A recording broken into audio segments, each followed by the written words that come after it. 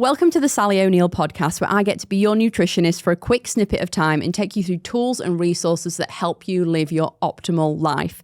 Now, today I've got a really exciting guest with me, Dominique Stevens. Welcome, Dom. Thank you. We're going to talk through today 10 supplements that are amazing for women in 2025. I think the supplements industry is so saturated, right? And we're so confused about what to buy, where to spend our money, what the dosages are, what the timing should be. Can I take it with food? Should it be in the evening? Like, it is overwhelming for most people. Now, fortunately, we've studied this stuff.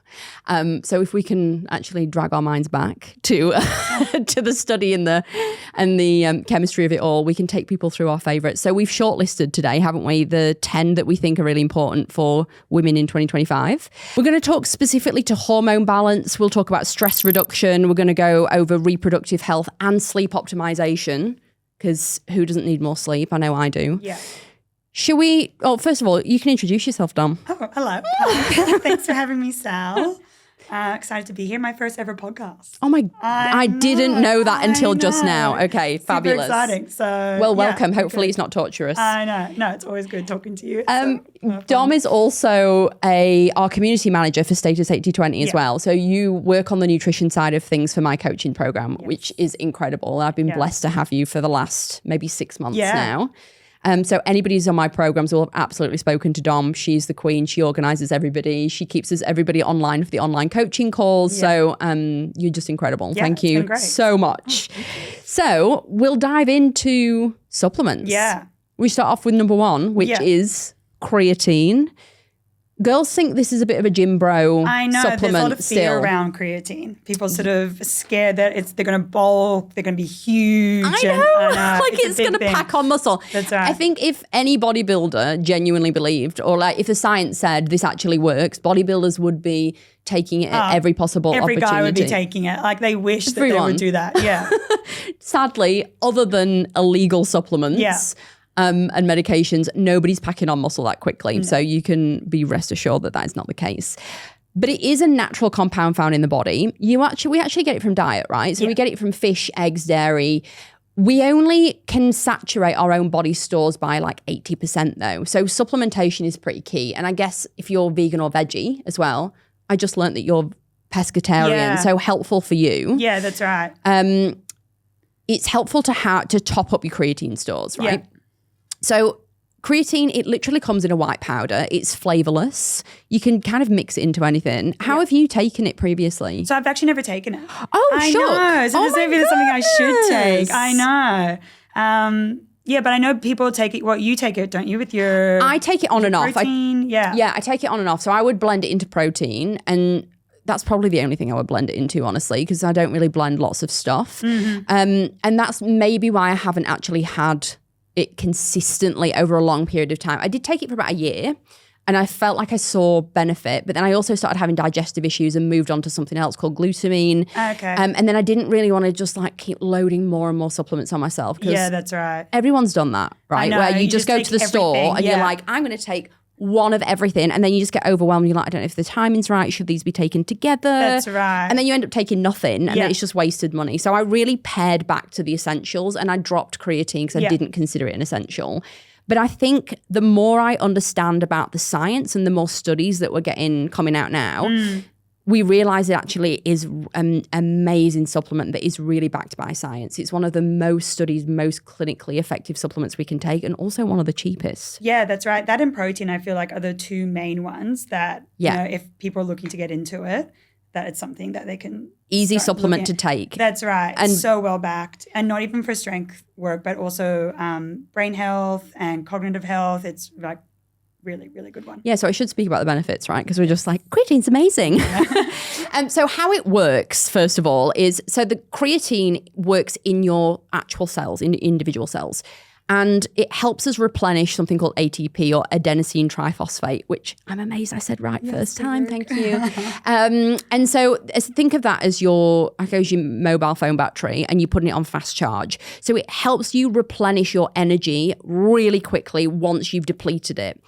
And the reason you would deplete it really acutely, in a real acute fashion, is if you're, say, doing a strength training session. So if you're doing a lift, for example, as you would know, you deplete the ATP stores. Now, as you continue to lift, you become fatigued. Everyone's experienced that, right? So what creatine helps us do is replenish the stores really quickly. You charge your battery back up and you get a few more reps out in a set. So it doesn't actually directly increase muscle mass. I think there's a bit of misunderstanding around that, right? Like people think they're going to take it and then muscles will magically grow. Yeah. But it needs to be in conjunction with strength training if you're taking it for those benefits, for recovery purposes and also for that fast energy. So it delays the fatigue. You get more reps out. Your muscles grow faster because you've managed to add more stress, more load to the body. Yeah, it helps with that rebuild, growth of muscles. It doesn't like make the muscles grow. It just helps it. Absolutely, yeah. So we love that. Energy levels, fatigue. People can also use it. So this is an interesting application because we're starting to see it being used outside of strength training a lot more now.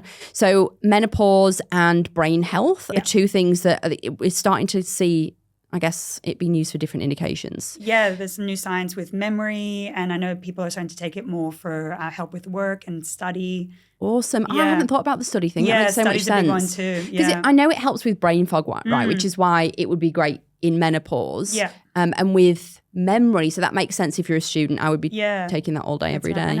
I should really be taking this. I know. Do you know what I used to take though as a student was something called Bacopa. Have you taken that? No. Oh, all the naturopaths used to take it at uni. They would literally like IV line it in. They were so obsessed with it. Yeah, and I was like, yeah. what is this herb that I haven't heard about? Because I'm not a naturopath. And likewise, I don't know if you studied herbs, did you? No, okay. just nutrition, yeah. Yeah, so we did nutraceuticals, which is, I guess, we don't get to dabble in herbs, which is a bit frustrating. However, Bacopa is a herb and it's a really beautiful one to help with memory and short-term and long-term, so recollection of stuff. So obviously if you're studying for 3 months, you can take Bacopa during the study period and then it helps you in your exams and then you just drop it off. So you cycle it through the year. You don't have to take it all year. Yeah. So they would be literally like getting it in while it was study period and swore by it. Yeah. So I got onto it. And I have to say, I have taken it in spurts and spats as I've needed extra brain power. And I truly believe it works. Oh, amazing. I want to take that too. Yeah, I know. This is so good. We love a bit of cognitive function benefit and memory. So, and creatine also helps with focus, which obviously I clearly need. So back to creatine. Creatine is a yes. So dosage-wise, let's just cover that off because there used to be, I think we should just break the myth about Loading was a big thing. Everyone was like, got to load. It's a very like gym bro. It is. Yeah. So the premise of loading was 20 grams a day, I think for a couple of weeks when you first started taking it, so you could really maximize your body stores, right? That's right. Now, do you want to tell us what the dosage is for a daily dose? Now it's between 3 and 5. So, and you can start that straight away. You don't have to load. You can go straight onto the 3 or 5 a day. Yeah, so which is more of a maintenance dose, right? So we're saying that we don't need to like go hard and fast with it. You just start on 3 to 5 grams a day. You don't need to take it up any higher. What I will say when you're trying to purchase creatine, you only need creatine monohydrate. Yes. There's different types, hey? Yeah. And some mixes too. Oh, like they'll have something with creatine in it. You just want pure creatine. We don't want to mix with it's all the flavors and you don't need all that stuff. Yeah. Just, skip the extra chemicals, Less is please. better. Yeah. And I always say my favorite way of dosing any nutraceutical for a client is I always do monotherapy and then I apply it for a period of time and then I want to see if their baseline score of whatever it is that we're trying to improve has changed. Because if we double dose on stuff, so we say, we're going to take creatine and I'm going to start adding in protein powder and I'm going to start adding in A, B, and C. Yeah, that's right. How do we know what's doing what? Exactly. So I always do monotherapy, which just takes a little bit longer, but it saves you money in the long run. Yeah. It saves you money in the long run. Yeah. Any time of day? Yeah, any time of day. Yeah. I think, they say ideally post-workout would be good, helping with the recovery and the muscle repair, but you can take whenever you want. And then the main thing here is consistency. So you want to be taking it every day. It's not really something you can sort of have once a week. Like I do. Expect to see results. Look, probably wouldn't help. Why not? Throw some creatine in. But yeah, consistency, as with most supplements, is key. You've got to stick with it at least a couple of months so you start seeing a difference. That's right. The only thing that women specifically don't love about creatine is that it can help you, or I shouldn't say help you, it encourages your body to store more water.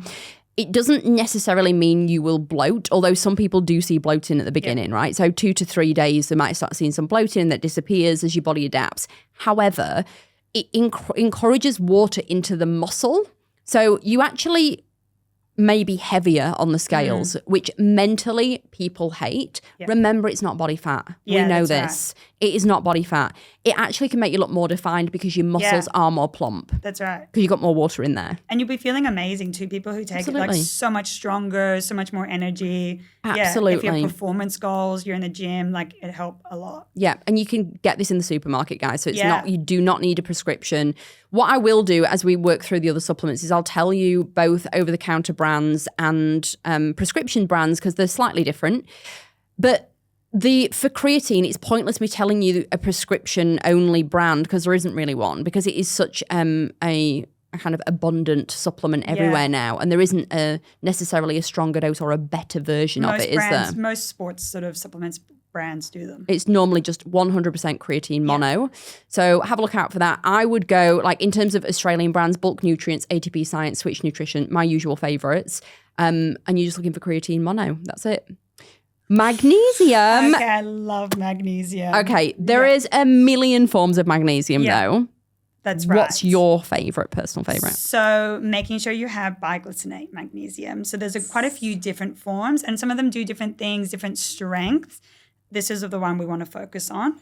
I agree. So magnesium, I say bisglycinate. I could be saying it completely wrong. I know. We've got two very different accents going on here too. So I love say it wrong to us. Everyone just has to tune into my British accent. I'm so sorry, guys. Yeah. We made the language. So I would go bisglycinate. So the reason I choose bisglycinate for me and for my client, generally speaking, is that it's actually a lot more absorbable and bioavailable, which we love because your body's just going to get that much more out of a supplement. It's going to make it that much more effective. It actually has less of a potent impact on digestive tract. Yeah. So some people, I know when people have constipation, for example, I might give them magnesium citrate. Yeah, which can help. Which can help bowels move. But if your bowels are fine and you're not constipated and you take a little bit too much citrate, it is time on the toilet for you. And it's not that fun. No. So magnesium bisglycinate does not do that. It's gentler on the tummy. And it does an awful lot of things, right? We know that it's part of, I think it's over 500 enzymatic reactions in the body. Yeah. So it's really important for that. And we can't really get it from food. Is that fair to say? Yeah. So we sort of had the reason why magnesium is so important for a lot of us to take now is that our soil doesn't have a lot of it anymore. So the quality of your fruit and veg, say compared to 50, 100 years ago, you're not getting it as much of it through natural sources. Although you still get really good sources, like a lot of food sources have magnesium, pumpkin seeds, dark chocolate. Yum, our favorite. Whenever 100%. Time of the month, always like my body needs the magnesium. Absolutely. That's why I have to take the dark chocolate. It's medicine, guys. Exactly. It's medicine. But it does help. So the magnesium helps reduce PMS symptoms as well, right? So cramping. That's right. It also helps with actual cramps. So like if you have leg cramps as a runner or if you're doing a lot of exercise and you cramp up or you've just got like restless leg syndrome, it's amazing for. So the other benefit that I love is the calcium absorption. So it helps with bone mineral density as well as recovery from training and just a lot of things, right? Headaches, migraines, it can help with that. Sleep is a really big one too. Incredible. So I take my magnesium at night. And it helps, with muscle recovery, I used to get muscle cramps at night. Yeah. And then also helps you sleep. It helps you just like calm down, settle down for the night. Supports the nervous system. Yeah, it's great. And most of us are deficient as well. So it makes sense in terms of a cheap, available supplement. Yeah. I would be having the bisglycinate version. That doesn't have like really many side effects. Like absolutely. You can't really overdose of magnesium. Yeah, we love that. Besides, like you said before about citrate, there's not that much that can go wrong with it. Just don't OD on the citrate in case you are on the toilet. Yes. 300 to 400 milligrams a day. Yeah. Would you ever do higher than that or lower than that? Is there any particular reason you would change the dosage or not really? Higher. I think 400 is pretty decent. I think you have to be careful that like the brands will mention of good quality ones, they probably would be sitting around 400. Yeah. A lot of generic ones, say if you're going to just like the supermarket and you buy some magnesium, it's like 200 below, and it's just not enough. Yeah, it's not enough. So make sure you are checking labels when you do dose for magnesium, particularly with bisglycinate. You might find that it's compounded with other magnesiums that are cheaper as well, because they love, like, over-the-counter brands love to make things obviously more financially viable for themselves.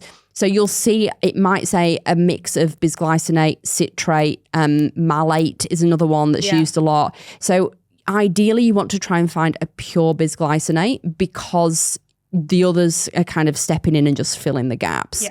So I would be going for something quite clear on the labels that doesn't have a lot of extra bits and bobs. And then also, as you were saying, if we're looking at dosage, if it recommends a dose that's like 2 capsules and you'll get 200 milligrams, know that probably you could take 4 capsules and then you're getting more of a therapeutic recommended dose. Yeah, that's right. So always check your labels. Everybody's running off to the cupboards now to see what's in the magnesium. I know. You have to, because you see at the front magnesium great, you look at the back and you're like, and it's something completely different. Yeah, it's so really annoying. So as a practitioner, the practitioner brands I would use, I love Carmex. I've taken it heaps. Really? Yeah. I take the bioceuticals. Oh, do you? Ultramag, I love that. Ultramag Bioceuticals is a really good one. Does Carmex have a taste? Yes, it's tropical or raspberry. Yes. I wouldn't say it's my favourite on the flavours. Because the Ultramag's like lemon and it tastes like an icy pole. And I love it. It's like a dessert at night. Okay, so the lemon practitioner brand that I really like is, I'm not actually taking it now. Magtor XL by Metagenics. Yeah, okay, I've heard of that. Unreal. It's so nice. Yeah, that's a lemony one and it actually tastes really good. Night. Yes, so good. Okay, cool. So we've covered off bisglycinate. The over-the-counter one I always recommend as well is a good Thorne. So Thorne do a monotherapy. Thorne is it's actually based in America, but the third-party testing on it is really thorough and it's just a really good quality supplement. So you actually normally get a really good dose of something and it doesn't have what we call excipients in there, which is all the extra bits and bobs that you find like talcum powder and whatnot that just bulks out the tablet. So Thorne is a good brand if you're looking for something over the counter. Designs for Health do a really beautiful one as well. Magnesium glycinate complex. So it has got a little mix in there, but it's a good quality mix of magnesium, which I really enjoy. So those are the over-the-counter ones that I'd recommend. Also, I haven't written it down. I'd be interested, I need to check this, what the bisglycinate level is on the Ultra Muscles Night for bioceuticals. Yeah, okay. I think I've taken that too. And there's just some different other additives in it as well. Interesting. To help it sleep. So I feel like it has extra maybe herbs. passion flower, something like that, some herbs. Yeah. Hops and all the fun stuff that are normally put in for sleep. Which is good. I think, if you want that for sleep, but maybe just check that the magnesium is the same. Yeah, absolutely. And also just check if you are taking compounded supplements. You know, I just said about monotherapy that I love that. But just check that if you are taking compounded, compare with other compounded ones that you're taking. So for example, I take a sleepy hot chocolate, right? Yeah. I think everybody's onto that now. Yeah, that's right. It's big. And it's got ashwagandha in there. It's got a massive dose of zinc. Yes, zinc's a really big one. They're putting it in everything. But like so much. I know. And there is obviously side effects of taking too much zinc, which can be gastrointestinal. Yeah. Here's me, like I'll have 2 hot chocolates in the day and then I'll take a zinc supplement because I didn't know there was any in there, and I'm getting upwards of like 100 milligrams of zinc, which is double the recommended therapeutic dose. Yeah. So I started having a weird taste in my mouth that was literally like I'd sucked on a coin. Really? I was like, it's literally, a metallic taste. No and I was way. like, wow, that's literally just overdose on zinc. I know. So Again, just be careful. Labels. And I would be the one person who reads the labels, and I clearly miss that. So it's so easily done. But if you do notice weird side effects or metallic taste, just make sure that you are reading. It's not normal, and we should be checking what's in there. Okay, next one. So we've got creatine, magnesium, Vitex, which is one of my favorites of all time. So Vitex is amazing for hormones. It's also known as chasteberry or winter cherry, I believe, as well, which is called on some labels. So have a look out for it. The reason I love it is it helps regulate menstrual cycles. So if I have a client who's been on the oral contraceptive pill and then they come off it, and I speak from experience as well, and they perhaps don't get their period back right for 2 or 3 months, it can help bring it back. Now, it does take a little bit of time to take action. It's because it's fairly gentle in nature and it is a herb. However, I find it so effective for most people, and the side effects are not there. There's nothing to speak of that I've noticed, certainly in my clients, that have shown like problematic side effects. So it can help reduce PMS symptoms as well. It's amazing for ladies with PCOS. It can help support progesterone production, which I personally have a problem with as well. So it's been incredible for me. Any ovulation issues that people might be having. So if you're going through IVF and you've got fertility issues, Vitex is a really lovely support. Obviously, caveat with the help or with the confirmation from your health support team, because it's all right me saying take Vitex. It's actually very strong and very strong in action. So if you're also taking IVF medication or anything like that, it will interact. So I don't want you to then think, oh, this is just something super gentle with no side effects. It may be gentle from that department, but not gentle in terms of how it actually impacts hormones. Yeah. So tread carefully with it. And other medications as well. So you said like oral contraceptive and even antipsychotic drugs, so antidepressants as well. Yeah, so you guys just watch out because it obviously can change hormones, which change mood. So you want to be really careful if you're on any mood medication. And like we said, any HRT as well if you're menopausal. So be careful. It is useful, but can interact. So dosage for that is 400 to 1,000 milligrams or a gram. 1,000 milligrams a gram, same. Yeah. Timing, best taken first thing on an empty stomach. If you want to take it 2 to 3 months for optimal results before you say, oh, it's not working, which clients love to tell me after a month. Especially with herbal medicines too. People love saying like, oh, like it doesn't work. I took it for a month and I didn't notice anything. It takes a while. Yeah, especially with hormone balancing things as well. Your body's got to get used to it. It's got to start getting into the cells and through your system and start to recognize what's going on. And it needs consistency in dosage. Right. So Metagenics do a really lovely Vitex, and Bioceuticals one called Fem Balance. Bioceuticals is an interesting brand because they have a practitioner-only version of their products, and then they also have over-the-counter stuff. Yeah. So whether I actually don't know the answer to this because I have prescribed Fem Balance from Bioceuticals for clients who need Vitex. You can also get, I believe, over-the-counter Herbs of Gold do one. Yeah. And you can, like, it's crazy that you can just go and buy this stuff when it's so potent in action. Yeah. And people don't necessarily know. But I feel like that for a lot of, like, vitamins and supplements. I'm like Nature's Way make it as well. Like it's in the supermarket. And people just like look at it and they go, oh, great. Good for hormones. Yeah, but like, hey, cannot take it with your contraceptive pill. That's quite so careful. Yeah, like you would think they would have wild big warnings on there. Right. Anyway, here we are. So if you are having hormone balancing issues, if you suffer with PCOS, if you suffer with irregular periods or cramping or loads of just like really horrible moods or PMDD or anything like that in the lead up to bleed week, or whether you're not bleeding even, as I mentioned, it's an incredible supplement to dive into with the help of your healthcare practitioner team. Okay, next one.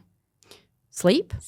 Let's talk sleep. Yeah. I know. I don't get enough, I'm going to be honest. Who does? How many hours of sleep do you get? Actually, I'm a really big sleeper. I sleep like 8 hours. I know. So I probably do get enough. Yeah. Shut up. I know. Nobody gets enough. I know. She's gloating in the corner with her 8 hours and a magnesium drink. I know. And they're like 8:30 with my magnesium. What time do you go to bed? 8:30. And you wake up at 5. Oh, I mean, it's Australia, isn't it? Yeah. We all just we wake up and train. What time do you go to bed? You're up early. But my sleep's really not great.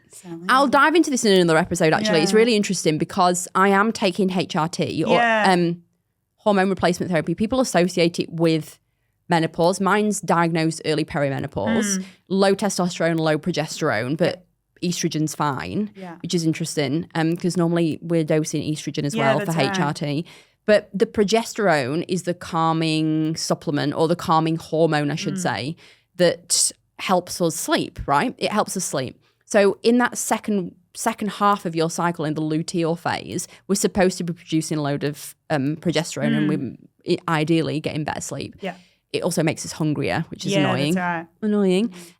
However, I've started dosing it and I take it. They say, take your HRT before you go to bed because it will really make you tired. And I'm like, these guys know nothing about me. Nothing makes me tired. Yeah, nothing. Literally nothing will make me go to sleep. That's right. However, I have to say I am struggling to wake up in the morning. So when I take progesterone, which is not all the time, it's only in the second half of the cycle. Okay. I sleep like an absolute baby, and I struggle to get up. Like it takes me an hour to come round, which I don't love, if I'm being honest. I know. But I'm still new onto it. Yeah, so hopefully it'll adjust. But the sleep quality is unreal. Like I am dead to the earth. You would not be able to, if there was a house fire, I'd probably sleep through it. Yeah, which is not, you'll be rested. You know, so. So rested. That's right. But I've noticed as well that my appetite's changed because I'm getting more sleep, which is unreal. So you know, not as many cravings? Not as many cravings, not as nibbly, not as thinking so much about food, not seeking it all the time, not planning out where my next meal is. And just this constant food noise that I think people get. That I've probably dealt with for a little while and not really realised, thinking it's me that's the issue. And actually it's a hormonal thing. So interesting. So hormones are off, therefore sleep's off, therefore, you know, hormones are then off. And we're just back in a cycle. So I do find second half of my cycle, to answer your question, yes, sleep is awesome. First half, I aim to go to bed at 8:30. I'm probably going to bed more like 9:30 at the moment. But you're up at what, 4? Depends, 4, 5 o'clock. Oh no, that's insane. Yeah, I know. I have a little doggy as well, and sometimes she's been a little bit sick recently. Poor bear, little noodle. Oh, no. I know. I'm just like waking up and I can hear this little in the other room where she's having a little bit of a sick, and I'm like, great, this is mum needs to get up. So bless the parents who have to. I know. Can you imagine breastfeeding clients and all that? No responsibilities, really. I have none. I know. My dog is like. I don't even have a dog. Well, maybe that's why you're getting 8 hours. That probably is. God damn you. So on to what can help people like me who have sleep problems. And this is something I genuinely take. It also is scientifically backed, which we love. So what I generally use is valerian. I absolutely love it. But you can also dose it in combination with L-theanine, which we also love. So we'll kind of talk through both. Valerian itself, I take 30 to 60 minutes before bed, and it just helps me feel so much more rested. I get that sleep where I feel like I've slept like a baby. You know, when you wake up and you're like, I'm on the right side of bed. Rested. I just feel like I've had a really good quality sleep. Sometimes when you go out in nature or you go on holiday and you're like, all my responsibilities have gone. That's right. And I have like what I call a holiday sleep. Yeah, it's really quiet. Everything's peaceful. Bearing in mind that I live on the main road in Bondi. It's not ideal. It's not ideal for the noise, the background noise. So I think my sleep is affected by that. But when I take valerian, you would think I'm in a cabin in the middle of nowhere. So it makes a big difference for me. Have you taken it? I've taken sleep complexes. I haven't taken valerian by itself. No. Okay. Yeah, but I definitely like any natural sleep aid. You don't need it. But I know. You know, I go to bed early. I don't sleep so easily. I lie there. Interesting. I'm in bed at 8:30. Okay. I may not be asleep at 8:30. But this is so. I'll clarify on the valerian part that it doesn't actually help with sleep onset issues. So if you're somebody who lays in bed at night worrying before you go to sleep, it's not really for that. Okay, that's a night. I'm sorry. I'm so sorry. I know. I need to meditate. I think you do. Yeah. Or read a book and stop scrolling and buying stuff on the internet. That's the problem. TikTok. Yeah. TikTok. Okay. You're a different generation to me, darling. I'm not a TikTok gal. Whoops. But what I would say is it helps with sleep continuity. So generally people who are really restless and they wake up in the middle of the night, they really benefit from Vitex. So if you get waking up to go to the toilet 3, 4, 5 times, it's either, I would suggest valerian or water restriction, depending on how much water you're having as well, because that happens a lot where clients will come to me and be like, I'm waking up 6 times in the night. And I'm like, why are you drinking 3 litres of water at 8 p.m.? All your water at the end of the day. Yeah, you can't do that and expect not to, want to pee in the middle of the night. So the only stuff that you cannot take it with, obviously, is anything else that makes you really sleepy. So don't take it with sedatives. You don't want to be taking it with anti-anxiety medication because it actually helps, obviously, regulate your nervous system. So if you're down-regulating your stress levels and your nervousness, you're doing that with other medications, it's just going to amplify the impact, and then you might get a little bit too sleepy and too calm and just feel a bit rubbish. Same with antidepressants and same with alcohol. So don't be taking it with alcohol because we know alcohol is a depressant as well. Sadly, it's Christmas coming up. I know, this is a bit tough around this time of the year. It's okay. Do we sleep or do we drink? I know, balance, a bit of both, 80-20. 80-20, baby, 80-20. So dosage for valerian, if I can get my words out, is 400 to 900 milligrams, depending on how much support, I guess, that you need. What I would say is that you may or may not have vivid dreams. So some people tolerate it really well. Some people report back, and certainly some of my clients have, is like, hey, I'm having the weirdest like lucid dreams on valerian. So 2 options. Number 1, you can move on to Mexican valerian, which apparently has significantly less side effects on dreams, which is interesting. Yeah. I don't know how the root is different in Mexico. Who knows? But it is prescribable as Mexican valerian. Amazing. By, I think it's MedLab, if I remember rightly, but I'll have a look. Second to that is to use L-theanine instead or do a lower dose. So we can just play around with what people need depending on their outcomes. Yeah, I, however, never have dreams on valerian, don't remember anything. I've never had anything lucid or dramatic. And I can take the over-the-counter stuff that's cheap. Yeah. That's monotherapy, which is just Blackmore's. Yeah, so great. Blackmore's valerian, it's not the sleep complex. Yeah. I think so many times I've said to people, please just go and get Blackmore's valerian from the supermarket. When it's on sale, it's 50% off. It's such a win. Have it in your cupboard, ready to go for when you need a good night's sleep. That's right. It's not addictive. You know, you're not going to feel rubbish when you wake up in the morning. Yeah. You're not going to feel slow. Yeah, you get groggy and Right, and people will say to me like, what if my kid screams and I don't hear them? Yeah. You're not that sedated. No, it's not a sleeping tablet. Yeah, it's not a sleeping tablet. It's a natural, just like restfulness situation, I would say. But I don't know where I was going with that. Valerian. They take sleep complex instead. Oh yeah, the complex. Thank you. Yeah. The sleep complex. If they'll often get it compounded or mixed with passion flower, as you were saying, hops, and a load of other things, which weakens the dose of the valerian, and then it's less effective. And then they come to me and go, "Oh, it didn't work." Yeah. I'm like, I know, because you've taken it as a compound, and I didn't tell you to get that. So on the label, it just needs to say valerian. People don't buy it because they don't know what it means, but they see sleep complex and they're like, oh, perfect, it's on my sleep, because they don't know the names of the herbs. Yeah. So if you can just get the monotherapy of valerian, the Blackmore's one, I'm not sponsored by any of these companies, by the way, I should just say that. Metagenics also do a lovely one called NeuroCalm. Bioceuticals do one, Sleep Optima. The L-theanine, which helps. You were saying people take it with caffeine sometimes to help so you can take jitters. That's right. So L-theanine is calming. So people, you can take it when you have your coffee in the morning, and it will like cancel out the jitteriness. Yes. Kind of like a matcha, right? That's right, because green tea and matcha are very high in L-theanine. So that's also for people who can't have coffee. They get a bit anxious, they get a bit highly strung, and they have green tea instead. It's the L-theanine that is a slower release of energy. It's sort of like a calmer release. Smart. I love that. So, because I have seen that in green tea supplements as well. Yeah. The L-theanine. But you can, because we were talking about, I guess, helping the nervous system, right? So reducing the jitters, having like a gentle approach on the nervous system. We can dose L-theanine alongside valerian for the same impact on sleep as well. That's right. So if you can either take it, you can actually take it any time of the day. If you take it in the morning, obviously it helps with focus and things, just like caffeine does, but without the jitters. That's right. Any anxiety you may feel during the day.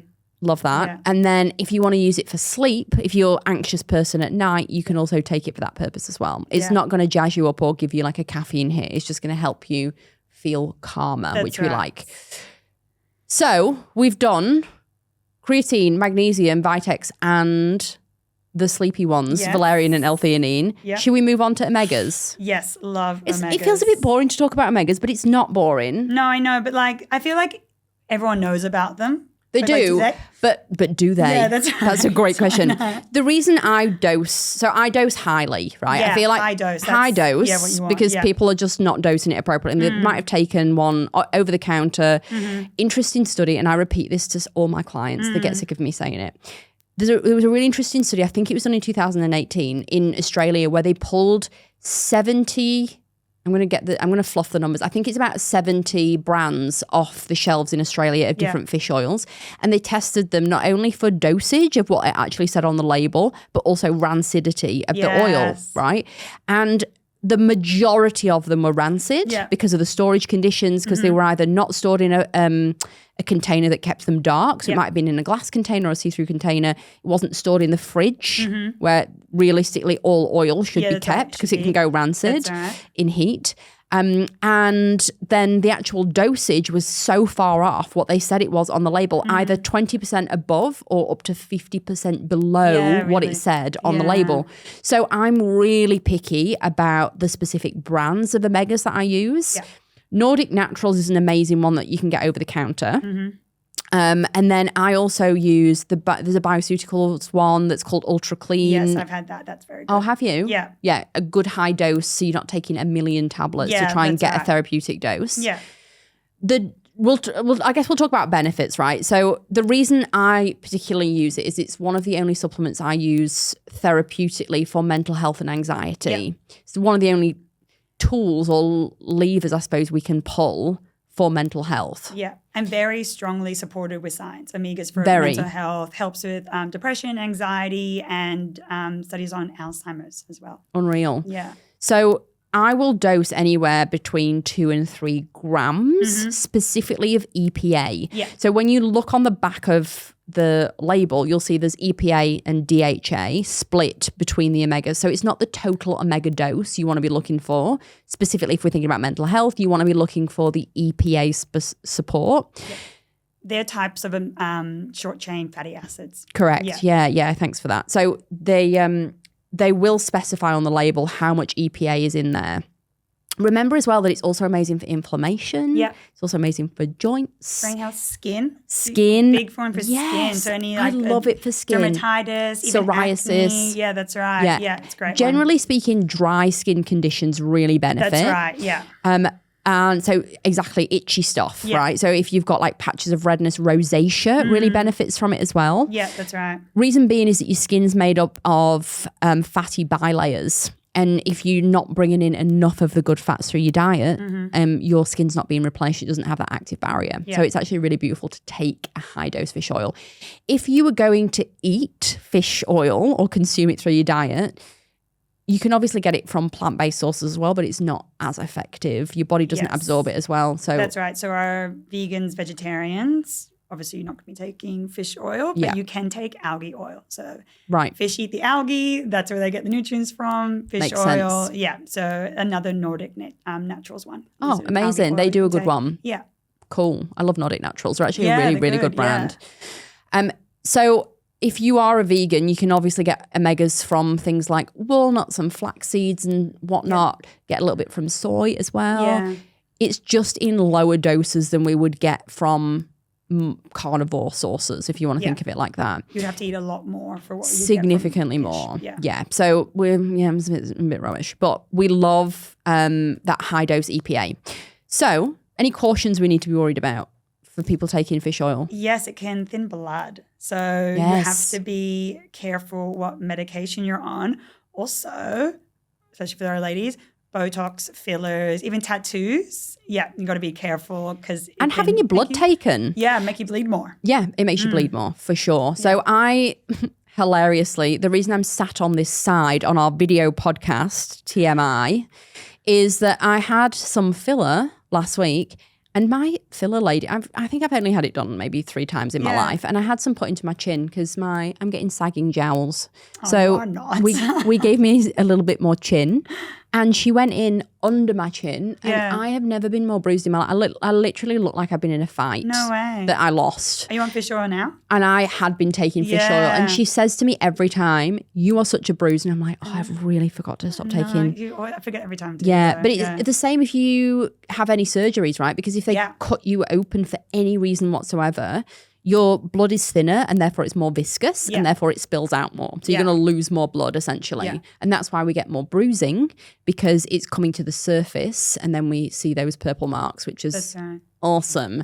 So if you're having Botox, ideally 1 or 2 weeks off fish oil. Weeks. Yeah, that's right. So just be careful with and then you can go back on it. Absolutely, straight away. But it's just whilst you're being used as a pin cushion, not the best. Yes.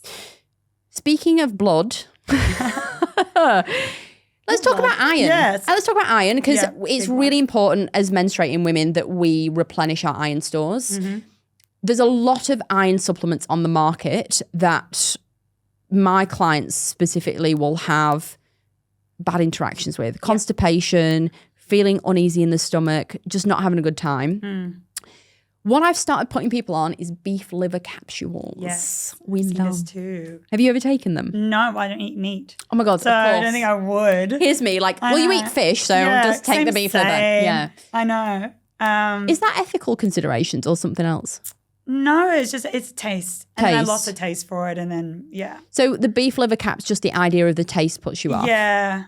Fair enough. Yeah. The idea of liver, like I've actually tried to eat liver before, that's right. and the taste and the smell, just I could not. I bet. I couldn't. So great alternative is a beef liver caps. Yes, that's right. You want to make sure that it's coming from a source that's organic, ideally. Grass-fed beef. Grass-fed beef, yeah, absolutely. Because remembering that liver is your filtration system in the body, also in cows, works the same way. That's right. And it's filtering out toxins and stuff. So if your cow is exposed to a lot of toxins, then that's going to go into your supplement. Yes. So hence why it's so important, ideally, to be getting it from really ideally organic or grass-fed, so they're not having, you know, pesticides and stuff into the tablets that you're consuming. Exactly, into you.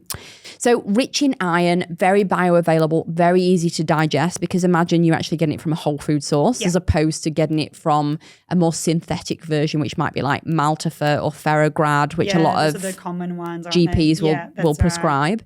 I actually used to take one that was in a liquid format in a pouch. Yes, I've seen that too. It's going to annoy the name. I know. I can't remember. Anyway, but that did not do well on my digestion either. Really? No, I wish I'd have known this stuff and studied it earlier because I did not have a good time and I thought it was the only way to do it. I also had iron infusions because my iron was so low. That's right. Also made me feel really unwell. Then I ended up with hemochromatosis, which is really, really high iron levels, which is also really dangerous. And did you have to give blood? I didn't. No, I didn't. They didn't know that I had it. I went back and said, hey guys, it's weird that you've been giving me infusions every 3 months and no one's ever tested my bloods and this has been going on for a year and a half. And then they did it and they were like, yep, we don't need to do any more infusions. Too much now, take it back. Yeah, literally like you probably should have monitored me a little bit. Yeah. So if anyone is doing the infusions, you just don't like having the IV in or it makes you uncomfortable, you have like digestive issues, beef liver caps, if you do eat meat or you're happy to take them, are a really nice, safe way of getting your iron levels up. Again, obviously you can always get it through meat. A lot of people don't eat red meat much anymore. No, and then even those women who do, they think, oh, once a week I have a steak. That's not enough. It's not enough. Yeah, that's right. Do you know one of my favourite places to get it is Kangaroo, which is obviously for the Aussie audiences. Yes. Yeah. But because it's wild meat, right, we're not growing it specifically as farmed meat. It's wild, it's therefore antibiotic free, it's hormone free, it's really lean, it's almost as lean as chicken, which is unlike any other red meat. Most red meats, a lot of red meats are fattier depending on the cut that you have. So it's very similar to bison in the US. If anyone's which is quite big there too. Huge, it's kind of on par with chicken and turkey in terms of leanness and the protein content. So I think it tastes fine. People get really wigged out by the flavour because it smells a bit gamey. Yeah. But if you use it as mince or like put it in a burger, you cannot taste it. Yeah. I love it. So that's how I would be getting it in through dietary sources. In terms of brands, I like the one by Switch Nutrition. Ancestral Nutrition do one. It gives you 2.5 grams of iron per capsule. Remembering that menstruating women need about 18 milligrams. I always want to say micrograms, do excuse me. 18 per is the RDA. Yeah. If you're menopausal though, it's significantly less because you've stopped bleeding. Yes, that's right. Yeah. So remember that just when you dose in appropriately. Most of the capsules have 1 to 2 milligrams in a cap. So make sure you read it because brands vary vastly. So 8 milligrams for postmenopausal women in a day, 18 milligrams for premenopausal women is the dosage. Yeah. Don't overload on iron. Yeah, that's right. So another thing too is like don't just start taking it because you think, oh, my friends are low in iron, I'm just going to start taking iron. You actually want to get your blood tested and make sure that you do need it. Very important. Yes, you can have too much iron. I know, absolutely. So definitely go and get your bloods tested. If you haven't had them done in the last 12 months, big red flag to just go and get it done. Definitely. Annually, bare minimum. Yeah, I get mine every quarter. Yeah. I always complain about something and then I make sure I get them done because I want the data. I know. So, of course, your health's going to change more than once every 6 months or once every year. So we need to know the stuff. Moving on. Oh, by the way, just the ancestral nutrition one that I recommend. I was going to say it is blended with other things. So B vitamins and stuff for extra energy. So just be careful. Again, as I was saying about compounding and monotherapy, you are getting extra bits and bobs in there. So you want to be a little bit careful. And anyone on Accutane for skin. That's right. Vitamin A, liver is really high in vitamin A. So it's contraindicated with anyone who's on that for a skin med because I do feel like a lot of people take that. And then also for our pregnant ladies as well. Yes. You want to just be careful about liver with vitamin A. Makes sense. Yeah. Makes sense. Number 7, moving along. Talking about B complex. Yeah, literally. More B vitamins. Yeah. More B vitamins. I actually had a lady in clinic yesterday who has the MTFHR gene mutation. So if you don't know what that is, it's essentially a gene, there's a pair that sit together, and 30 to 40% of the population have a mutation of this gene. So of the pair, either one gene is mutated, the other one is mutated, or both of them are. The gene itself helps you break down B vitamins, right? So if you're bringing in B vitamins from your food or you're bringing them in from a supplement and your body's not breaking it down appropriately, you can get side effects. So you can feel brain fog and whatnot, okay? So what I specify when people take any kind of B complex is buy the methylated version. So the MTFHR, I'm going to keep saying that and getting so close to fluffing it up. Right. It helps. So that means that you don't methylate or break down B vitamins properly for your body to use the active form. So buying methylated B vitamins means that that breakdown essentially has already happened, and then your body can use the active form, which is the one that you're taking as a supplement. So B vitamin foods. Yes. Have you got any favorites that you would use if you're going to get it through food? B vitamins like in quite a lot of foods, but we really want like our whole grains, dark leafy vegetables, nuts, seeds, sort of probably the best ones. Yeah. So good ones, yeah. Good for veggies and vegans then, right? Yeah, they can actually get quite a lot of it, and it's in pretty much all animal, all food products as well. Yeah. So they're quite readily available. Cool. I love B vitamins if people are low in energy. Yes. And it can also help with sleep. If you're actually low on B vits, your sleep can be affected. So you've got to look at it from all angles. But then sometimes be careful if you're taking it, when to take it. So you want to take it morning. Absolutely, because it gives you more energy. That's right. I know. I've accidentally taken B vits before bed in a magnesium. Yes, mine was the same. Oh my gosh. And I was like, they should tell us B this. Vitamin at night? Yeah. And then I'm like buzzing when I go to bed, like I need any more stimulation. Right. Anyway, so there we go. Take it. Don't take it before bed, guys. So practitioner brands, there's actually one called MTHFR Clinical, Total Methyl B. And then Orthoplex do one called Bioenhanced Methyl B. They would be my 2 favorite brands. Over the counter, Life Extension and Herbs of Gold both do a methylated B complex, which we love. All women need more energy. Why are we not taking this stuff? Moving on. I know. Moving on. Inositol. I feel like we've got some juice to talk about on inositol because most people don't understand what it is. Do you want to walk us through? Inositol. So inositol is a big one for hormones again. Yes. And it's a sugar made in the body. So it is found in food, but it comes in your body as well. And it's mainly used for women, PCOS, with balancing your insulin. Absolutely, yeah. So in ladies with PCOS, they don't have a lot of insulin sensitivity. So it helps basically pull sugar out of the blood and into the cells, which is where we want it, so it can be used instead of floating around in the bloodstream and giving us elevated blood sugar and cravings and weight gain and all that stuff. So it's a really beautiful supplement because it helps your body pull in sugar into the cells to use it, right? So amazing for ladies with PCOS. That being said, you need to be really careful if you've got diabetes or you're on diabetes meds because obviously it has the impact on insulin. Yeah. It's a natural compound, which is amazing. Your body does produce it. We can get it from certain foods, so like fresh fruits, beans, legumes, nuts, seeds, all the usual. So if you've got a whole foods diet, you're probably getting some. Yeah, it should be fine. But if you do have PCOS, very helpful, right? Obviously, if your practitioner approves it. Yes. So you want bloods done. This is blood test. This is, whole process of being diagnosed PCOS. Absolutely. So you're not just picking this up off the shelf. Yeah, we want to know that you've got excess androgens on your blood test if you are getting diagnosed with PCOS.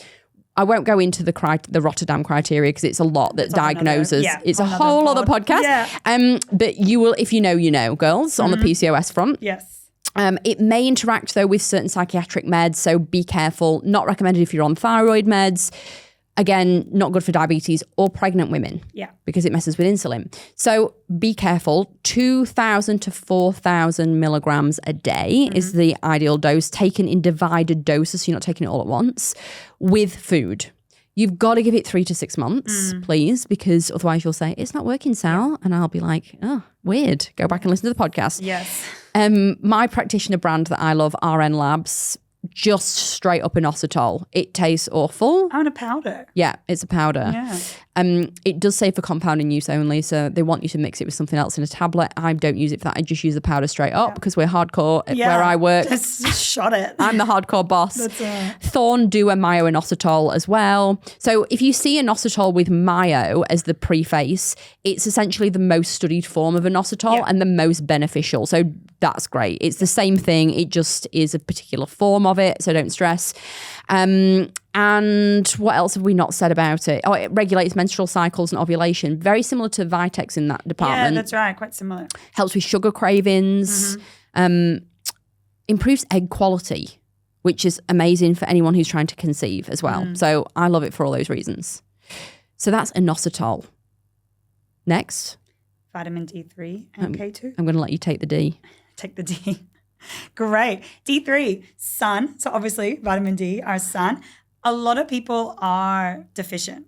I was many. Yeah, Let's get it tested on bloods, vitamin please. D a while. And I was like, all I do is go out in the sun. I was like, how am I deficient? Right. Yeah. SPF, baby. I know, but it's, it's hard. So this is another one. Check your bloods. Please check the bloods. Yeah. Recommended dose, 2,000 to 5,000 international units a day, or IU, which is what you'll see on the labels of products. Yeah. I don't know if you've supplemented. I don't do the tablets. I always do the liposomal spray. The spray, the spray too. Yeah. So meant to be more bioavailable, gets into the mucosal layer. That's where all the blood vessels are, so it gets into your system faster. Yeah. It's also why people do drugs there. Yes. Just FYI. Just like... I know, it's separate from our supplements. the chemistry of it all. Morning consumption a little bit better. In theory, because when your body would normally get more sunlight, so it helps regulate your circadian rhythm as well, which is amazing if you're struggling with sleep.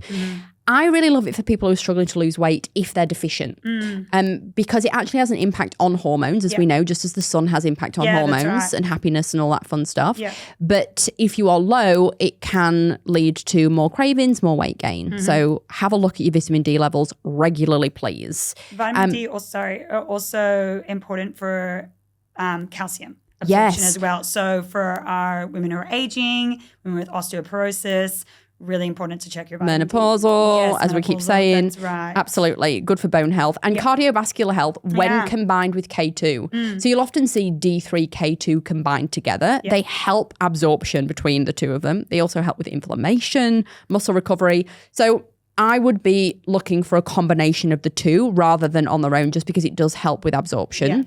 So MedLab do a really beautiful one called Nanocell. Bioceuticals do a spray as well. If you're looking for the sprays, people who need to be careful though. I can never say it. Hypocalcemia, which is elevated calcium levels in the blood. If you know, you know, because you've been diagnosed. Right. And people with kidney stones or kidney disease want to be careful. That's right. So again, it's not something you just take off the shelf. Like you want to have your blood test. You want to be making sure you are deficient. Absolutely. Yeah. And then final round. Is it your favorite? It is my favorite. Yes. I take this every damn day. Yay. Ashwagandha, I probably should cycle it actually, just going on to that. But anyway, ashwagandha, specifically anything labeled KSM66. Yes. So it's a really powerful adaptogenic herb.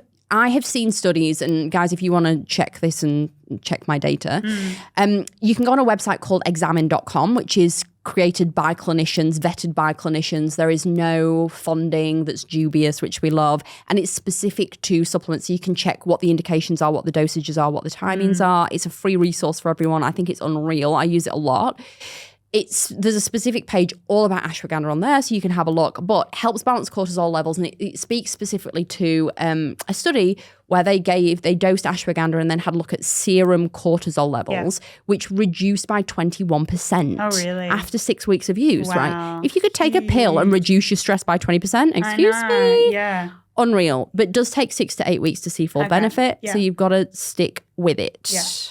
Anything to add? Do you know much about ashwa? Have you used it? I tried it a little bit a few years ago, but not properly dosed it. It was just, some powder I'd sprinkle into my smoothies. Yeah. A little bit of a weird taste. You take it as a powder or a tablet? I do a tablet. Yeah. I do something. The powder's a bit of a weird taste. But yeah, fair. Yeah. I mean, herbal. Yeah. Designs for Health do a really beautiful one called Triganda, which is a mix of different adaptogenics together. Yeah. And that's the one that I take that I love, that's packed with KSM 66. Not to be taken if you're on thyroid medication, anti-anxieties, sedatives. Breastfeeding. Can't be pregnant, don't breastfeed on it. 300 to 600 milligrams a day. Yeah. Helps with bone density as well, which is great, again, for menopausal, because we're losing bone mass. Anyone with osteoporosis. And cognitive function and energy is also a benefit. Yeah. So, I mean, we all need that. It's a miracle supplement. We all need it. We all need it. So, full caveat at the end of that huge list. You guys have got that, right? We went through 10 supplements in great detail. Hopefully you've taken some notes so you can whiz back and listen to this. Thank you for your input, Dom, by the way. That was so helpful. That was so good. Please be consistent if you want best results with these supplements. Remember that you need to speak to your health practitioner. You are not my client. You're not Dom's client. You have to go and ask your own healthcare practitioners. Don't get us in trouble. Thank you so much for listening to this episode today. If you did find anything useful in this and you want to share it with a girlfriend or you want to leave a review, that would be amazing. You can also tag me at Sally O'Neill. I've just changed my Instagram handle. Exciting. It used to be the Fit Foodie blog. We've glow up. Glow up or midlife crisis. We're unsure. So I'm now at Sally O'Neill, where you'll find me sharing tips about healthy fat loss, sustainable fat loss, and the 80-20 approach. Until next time.